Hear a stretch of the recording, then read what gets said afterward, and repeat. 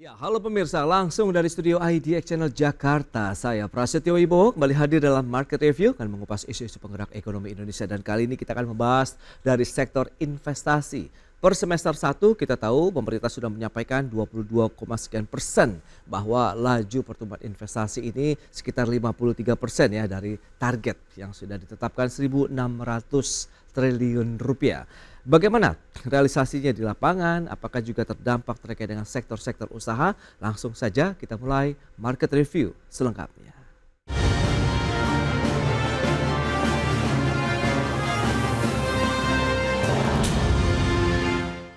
Kementerian Investasi mencatat realisasi investasi pada kuartal kedua di tahun 2024 mencapai 428,4 triliun rupiah dan capaian tersebut diperoleh dari realisasi penanaman modal asing sebesar 50,7% atau 217,3 triliun, sedangkan untuk PMDN sebesar 49,3% atau 211 triliun rupiah. Menteri Investasi yang juga Kepala Badan Koordinasi Penanaman Modal Bahlil Lahadalia mencatat realisasi investasi pada kuartal kedua tahun 2024 mencapai 428,4 triliun rupiah. Angka ini naik 6,7% dibanding kuartal pertama 2024 dan naik 22% dibandingkan kuartal 2 2023. Ada pencapaian tersebut didapat dari realisasi penanaman modal asing sebesar 50,7% atau 217,3 triliun, sedangkan penanaman modal dalam negeri sebesar 49,3% atau 211 triliun rupiah. Dan tahun ini ditargetkan oleh Bapak Presiden dalam rangka menjaga pertumbuhan ekonomi kita di atas 5% harus mencapai 1.650 triliun. Dan karena itu izinkan saya untuk memaparkan capaian daripada realisasi investasi di kuartal kedua. Adapun total investasi selama semester 1 2024 mencapai 829,9 triliun atau naik 22% dibandingkan dengan semester pertama tahun lalu. Sehingga realisasi investasi tersebut telah mencapai 50,3% dari target 1.600 triliun rupiah. Dari Jakarta, Ade Firmansyah, IDX Channel. Ya, pemirsa, untuk membahas tema menarik kita kali ini, strategi mengejar target realisasi investasi 1.650 triliun rupiah. Kita sudah tersambung melalui Zoom bersama dengan Mas Yusuf Rendi, Ekonom Core Indonesia, dan juga Bapak Hendra Sinadia, Direktur Eksekutif Indonesia Mining Association. Selamat pagi, Mas Yusuf. Selamat pagi, Mas Pras. Ya, selamat pagi juga, Pak Hendra. Selamat pagi, Mas Pras. Baik, terima kasih atas waktu yang disempatkan ini. Kalau kita bicara terkait dengan realisasi investasi, tadi sudah disebutkan 22,3% ini mengalami pertumbuhan secara tahunan. Mas Yusuf Rendi, mungkin sedikit review kalau dari Anda melihat apakah capaian ini sudah sesuai harapan, sesuai dengan kondisi yang ada dari global maupun domestik, sehingga tadi tinggal mengejar ketertinggalan saja sisanya, karena ini adalah 53% dari target 2024. Iya, kalau kita ingat di awal tahun 2024 ini beberapa kalangan menyampaikan concern terkait realisasi investasi terutama di kuartal pertama, karena kalau kita ingat di kuartal pertama itu ada tahun politik. Dan umumnya tahun politik itu selalu mendorong investor untuk lebih hati-hati dalam melihat situasi dan kondisi. Nah, namun ternyata kalau kita lihat di realisasi kuartal pertama, realisasi investasi itu masih bisa tetap tumbuh ya, dan bahkan pertumbuhannya itu masih berada di level positif. Dan capaian positif ini juga terjadi di kuartal kedua dan sepanjang semester pertama 2024, sehingga kekhawatiran yang tadinya diperkirakan akan mengerem laju investasi, ternyata kalau kita melihat dari data yang tersedia itu relatif tidak terlalu terlihat ya dari realisasi investasi. Jadi kalau saya katakan, tentu dalam konteks bagaimana investasi bisa mempengaruhi perekonomian secara keseluruhan, ini merupakan hasil yang positif, karena bagaimanapun juga investasi yang masuk itu kan bisa menggerakkan perekonomian di level pusat maupun daerah, kemudian juga bisa menggerek penyerapan tenaga kerja ataupun angkatan kerja. Jadi saya kira kalau kita lihat dari capaian-capaian tersebut relatif patut diapresiasi. Nah, terkait dengan capaian yang sudah setengahnya ya dari Ya, target di 2024 ini, kalau kita lihat sebenarnya sektor-sektor yang menyumbang capaian realisasi investasi setidaknya dalam 3 tahun terakhir ini relatif mirip setiap tahunnya ya. Kalau kita perhatikan di peringkat pertama biasanya itu adalah industri logam dasar, kemudian di peringkat-peringkat berikutnya diisi oleh sektor pertambangan, kemudian juga ada kawasan industri dan itu hmm, posisinya tidak banyak berubah. Jadi kalau saya melihat dari data tersebut sebenarnya investasi ataupun investor yang masuk itu masuk ke sektor-sektor yang artinya sudah ada ya, sudah dimulai gitu. Jadi mereka menanamkan modalnya untuk kemudian misalnya meningkatkan kapasitas produksi misalnya atau oke, memperluas usaha. Jadi saya kira itu gambaran sederhana terkait bagaimana realisasi investasi baik. setidaknya sampai semester pertama 2024 ini. Itu dia 53% dari target ke beberapa sektor yang existing nampaknya yang lebih ditingkatkan lagi ya kapasitas ataupun mungkin pengembangan atau ekspansi yang dilakukan oleh investor di Indonesia. Nah dari sisi IMA Indonesia Mining Association ini Pak Hendra Sinadia, mungkin Anda melihat apakah benar bahwa sektor existing ya kalau kita bicarakan berarti ada pertambangan di sana begitu ya. Memang akhirnya ada peningkatan dari nilai investasi, perluasankah atau mungkin dari peningkatan kapasitas yang dilakukan oleh investor dalam artian ada penambahan nilai di sana.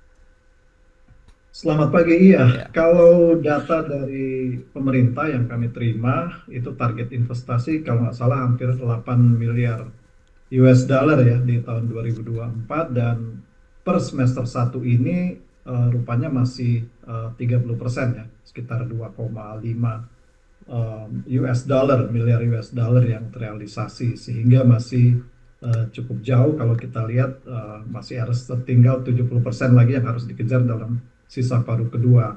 Dan memang sebagian besar dari realisasi investasi di sektor pertambangan minerba itu di sektor hulu ya, downstream ya dari pembangunan smelter mineral yang beberapa dua smelter besar tembaga yang akan di launching di separuh kedua tahun ini kan kemudian juga di nikel yang sedang sedang dalam pembangunan dan lain-lain. Jadi Ya. kebanyakan ini di sektor mineral dan juga sebagian di sektor pertambangan batu bara untuk ekspansi karena tingkat produksi juga meningkat di tahun ini. Baik, tapi kalau kita realisasi sebenarnya apa yang dirasakan dari pelaku usaha begitu? Apakah iklim investasi ini berarti memang sudah sesuai begitu? Ada kepercayaan diri juga nih dari para investor untuk meningkatkan investasi mereka di sektor existing seperti Anda bilang, mineral, kemudian juga ada batu bara di sana.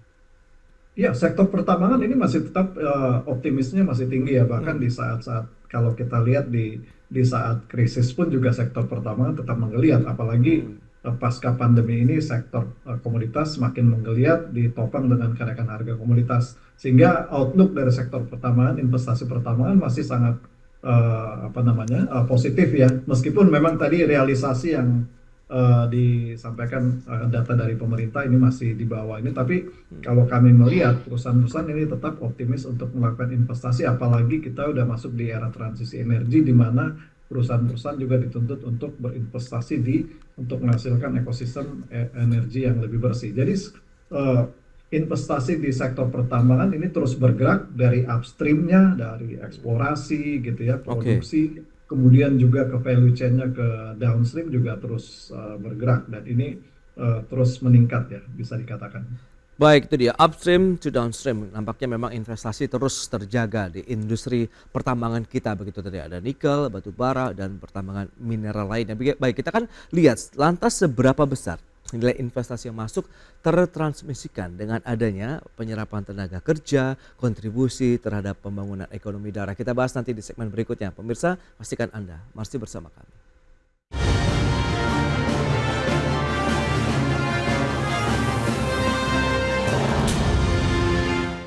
Ya, terima kasih Anda masih bergabung bersama kami dalam Market Review. Pemirsa, berikut ini kami sampaikan data untuk Anda terkait dengan bagaimana komposisi dari jumlah investor, penanaman modal asing dan juga penanaman modal dalam negeri.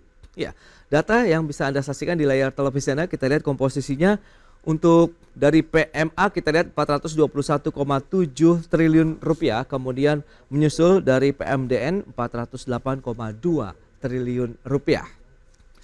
Berikutnya kita lihat untuk investasi di Pulau Jawa dan luar Jawa ini seperti apa. Ini data per semester 1 2024 ini. Kita lihat untuk wilayah Pulau Jawa 413,7 triliun rupiah. Sementara di luar Jawa ini menarik 416,2 triliun rupiah. Sudah mulai tersebar begitu ya ke wilayah-wilayah lain. Khususnya kalau kita lihat memang pembangunan sektor pertambangan begitu baik mineral, batu bara ini sudah mulai menyasar ke wilayah-wilayah lain khususnya di Indonesia Timur. Berikutnya 5 provinsi dengan investasi terbesar di semester 1 2024 ini dari mana saja? Yang pertama ada Jawa Barat 128,3 triliun rupiah. Kemudian DKI Jakarta 120,4 triliun rupiah. Jawa Timur 71,7 triliun, kemudian Sulawesi Tengah 59,8 triliun dan Banten 58,3 triliun rupiah. Baik, kita akan bahas langsung saja beberapa data ini bersama dengan Mas Yusuf Rendy, Ekonom Core Indonesia. Mas Yusuf, kalau kita lihat dengan beberapa data yang tadi disampaikan, PMA, PMDN, begitu menurut Anda ini adalah komposisi yang ideal tidak sih kalau kita ingin membangun investasi Indonesia? Ya, kalau kita melihat kan sebenarnya PMA dan PMDN itu hanya mengelompokkan dari mana asal investasi itu berasal gitu ya.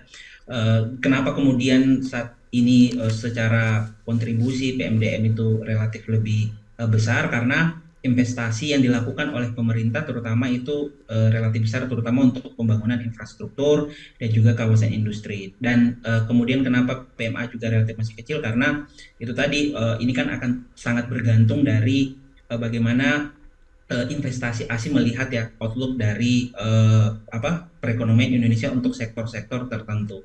Nah, hanya saja memang permasalahan kita selama ini adalah mendorong bagaimana masuknya realisasi investasi asing. Karena kalau kita perhatikan sumber pendanaan di dalam negeri itu relatif terbatas. Jadi mau tidak mau, suka tidak suka, kita memang membutuhkan investasi asing itu untuk berbagai hal, termasuk di dalamnya kalau kita bicara konteks hilirisasi misalnya investasi itu diperlukan untuk melakukan proses pembangunan smelter misalnya ya. Jadi itu menjadi penting. Nah, hanya saja juga kita perlu sampaikan bahwa tentu investasi asing yang masuk seharusnya juga bisa mendorong perekonomian terutama di daerah itu menjadi lebih baik ya, terutama tidak hanya dilihat dalam angka agregat saja tetapi juga dalam konteks misalnya kesejahteraan masyarakat di tempat investasi asing itu berada gitu ya. Itu yang kemudian menurut saya ruang yang masih bisa ditingkatkan.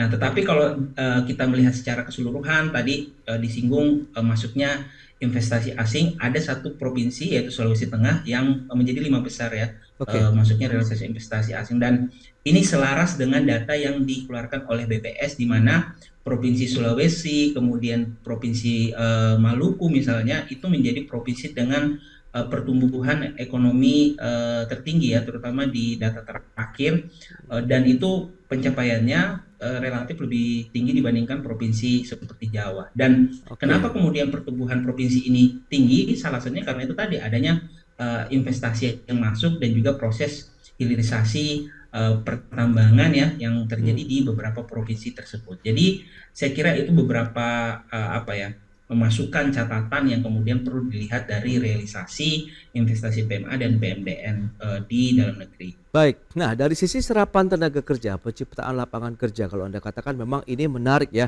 kita akan langsung tanyakan ini terkait dengan pelaku usahanya begitu yang merasakan langsung bagaimana suatu usaha berkembang di satu daerah, bagaimana dengan serapan tenaga kerja lokalnya Pak Hendra. Mungkin bisa disampaikan realnya seperti apa sih kondisinya di lapangan, apakah terserap dengan cukup optimal atau ada keterbatasan terkait dengan kemampuan skill SDM yang mungkin berada di satu wilayah tertentu misalnya. Oh iya, menarik nih dengan investasi di sektor pertambangan meningkat terutama di hilir ya, downstream ini tentu membutuhkan tenaga kerja yang cukup banyak khususnya di masa-masa commissioning sebelum commissioning ya, construction dan lain-lain itu jumlah tenaga kerjanya cukup banyak. Tapi once perusahaan masuk ke tahapan produksi, itu biasanya tenaga kerjanya sudah berkurang sangat drastis, hanya dikerjakan oleh ratusan orang ya, 500 atau 600 untuk smelter. Jadi eh, penambahan tenaga kerjanya tetap ada penambahan, tapi tentu saja lebih ke tenaga kerja yang skilled ya, yang punya keahlian tertentu untuk mengendalikan operasional downstream smelter.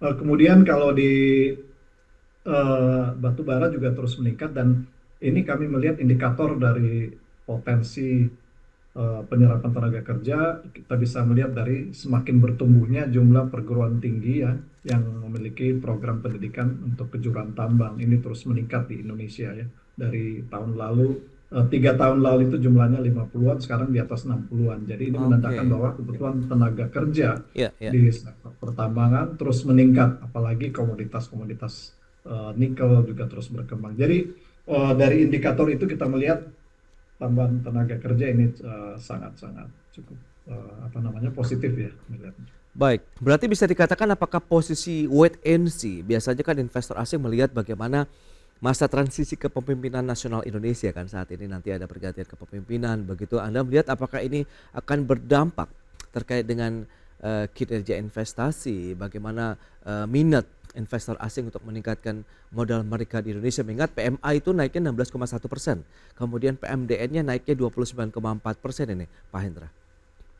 In sektor pertambangan agak berbeda dengan beberapa sektor industri lain. Ini sifatnya jangka panjang, jadi investor yang ingin masuk tentu sudah memperhitungkan akan berinvestasi 20-30 tahun bahkan lebih. Jadi mereka melihat yang penting kalau di sektor pertambangan adalah potensi sumber dayanya ya.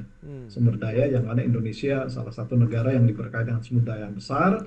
Kemudian mereka juga melihat bagaimana dari sisi kepastian hukumnya dan termasuk fiskalnya. Jadi kalau mereka melihat beberapa komponen tersebut sudah layak untuk investasi, mereka akan investasi dan jadi tidak terlalu terpengaruh oleh adanya perubahan kepemerintahan dan lain-lain. Jadi indikator yang terlihat dari beberapa waktu terakhir ini menunjukkan bahwa para investor di luar ini sudah cukup yakin ya untuk investasi di Indonesia, apalagi pemerintah dalam 2 periode terakhir dan juga periode pemerintahan baru ke depan ini tetap memprioritaskan pengembangan pembangunan sektor hilir ya. Jadi mereka sudah melihat arah kebijakan yang konsisten dan ini memberikan optimisme buat mereka. Itu dia, menarik kalau kita cermati dengan program hilirisasi, apakah juga bisa mendukung nanti untuk mengejar target 1.650 triliun di akhir 2024. Kita akan bahas lagi di segmen berikutnya Pak Hendra dan juga Mas Yusuf. Kita akan jeda sebentar. Pemirsa, kami akan segera kembali usai jeda berikut ini.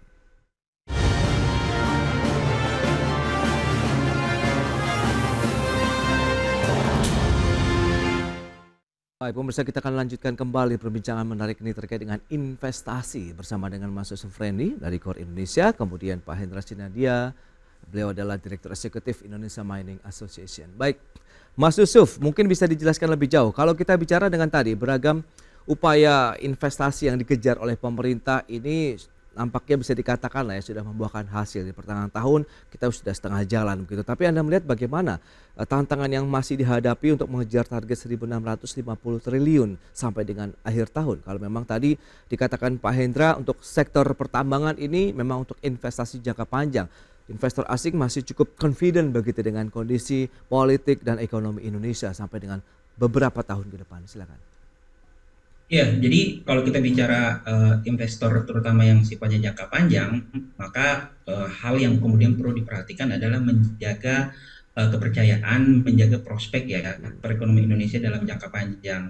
Saya kira ini juga kemudian berlaku bagi upaya pemerintah dalam menarik investor baru, karena kan kita ingin mendorong target realisasi investasi itu terkejar sehingga apa yang kemudian sering menjadi tanda kutip andalan pemerintah untuk investor itu kemudian perlu dijual, menjaga kepercayaan, menjaga prospek perekonomian terutama dalam jangka menengah hingga panjang itu akan menjadi penting untuk kemudian menarik investor dan akhirnya bisa bermuara terhadap tercapainya target realisasi investasi.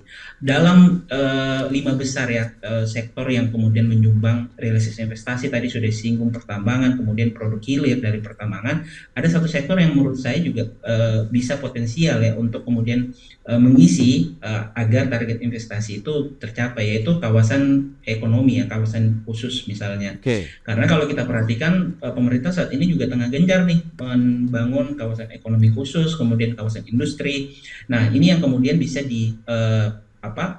didorong ya untuk kemudian masuknya investasi baik yang diinisiasi oleh pelaku usaha di dalam negeri maupun juga investor dari luar. Ya. Saya kira masih banyak peluang yang kemudian bisa diisi ya untuk beberapa kawasan ekonomi khusus yang baik yang akan dibentuk baru maupun yang sudah existing. Jadi saya kira itu yang kemudian bisa dilakukan pemerintah terutama dalam konteks itu ya mengejar target realisasi investasi dan Oke. mempertahankan kepercayaan investor dalam jangka menengah hingga panjang.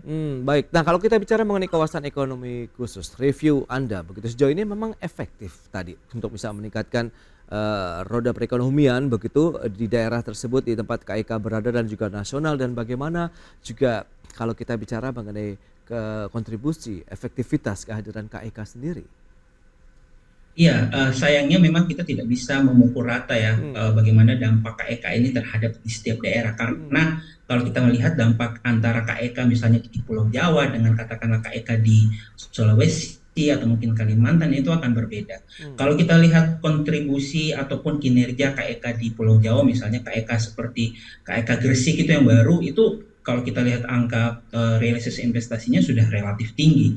Tetapi kalau kita bandingkan dengan katakanlah KEK di Pulau Sulawesi ya beberapa KEK di sana meskipun secara tahun berdiri dia lebih dahulu tetapi realisasi investasinya jauh di bawah KEK dia berada di beberapa Pulau Jawa. Jadi menurut saya sebenarnya tentu dia memberikan kontribusi tetapi dia juga masih punya ruang untuk kemudian masih ditingkatkan gitu ya, apalagi kalau kita bicara konteks KEK di luar Pulau Jawa.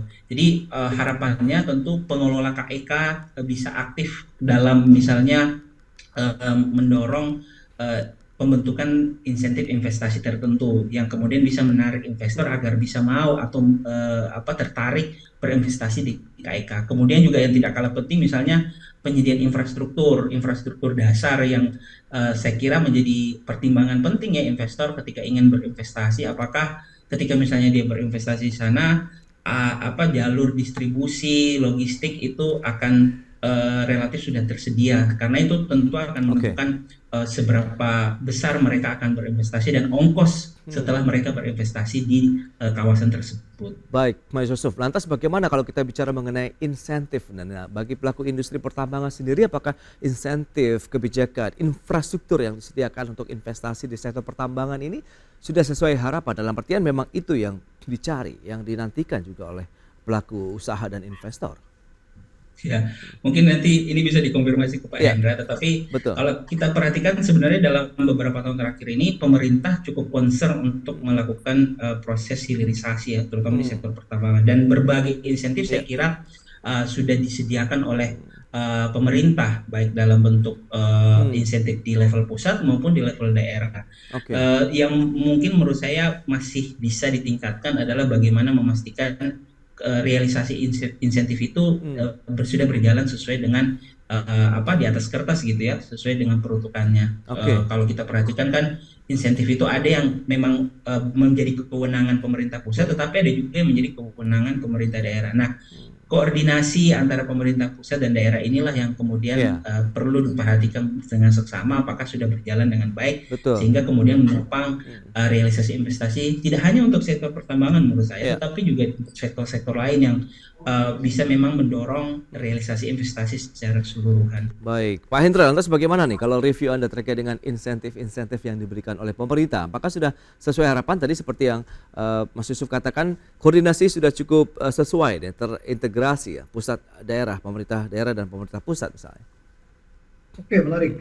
Karena sektor pertambangan tadi ya sektor yang highly risk ya, penuh resikonya tinggi dan karena kualitas harga, kemudian juga uncertainty juga ini sangat-sangat berisiko, sehingga memang membutuhkan insentif. Tadi sampaikan Pak Yusuf Rendy juga udah banyak insentif yang diberikan dalam pengembangan downstream. Nah, Oke. yang satu hal yang menarik ya, sebenarnya investasi ini kan bukan hanya prospective investor yang masuk, tapi juga existing investor atau perusahaan pertambangan yang mempunyai izin atau kontrak. Nah, mereka ini juga yang terus tentu saja berekspansi atau melakukan peningkatan kapasitas produksi atau juga melakukan eksplorasi, ini yang butuh Ya. insentif. Namun Hmm. dalam banyak hal juga insentif yang dibutuhkan itu adalah salah satunya adalah kelancaran proses perizinan ya bagi perusahaan-perusahaan yang Oke. existing, apalagi bagi perusahaan-perusahaan yang sudah lama beroperasi. Kan ada banyak perusahaan-perusahaan yang udah 30 tahun Betul. lebih, operasi 40 tahun. Nah, ini kadang-kala juga dalam proses kepengurusan untuk mendapatkan RKAB ataukah Hmm. izin AMDAL, padahal mereka mau ekspansi, ini juga tidak mudah ya.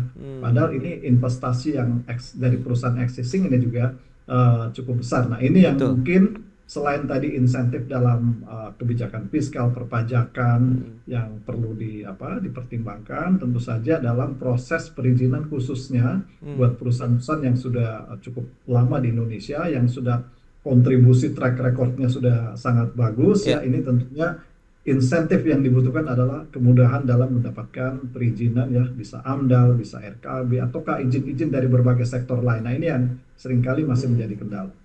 Itu dia, ternyata memang masih ada tantangan. Tapi kalau memang ini yang diharapkan berarti harus duduk bersama lagi nih antara pemerintah pusat, daerah dan pelaku usaha, khususnya bagi mereka yang memang akan berinvestasi atau mengembangkan investasi baru di Indonesia. Baik, Pak Hendra, terima kasih banyak atas review dan juga insight yang sudah Anda sampaikan kepada pemirsa pada hari ini. Mas Sufrendi, analisis yang menarik terkait dengan bagaimana investasi juga dilakukan sudah cukup ideal. Kemudian tadi yang penting bagaimana menjaga keberlanjutannya untuk dunia investasi di Indonesia. Selamat melanjutkan aktivitas Anda. Terima kasih Pak Hendra dan juga Mas Yusuf. Sampai jumpa.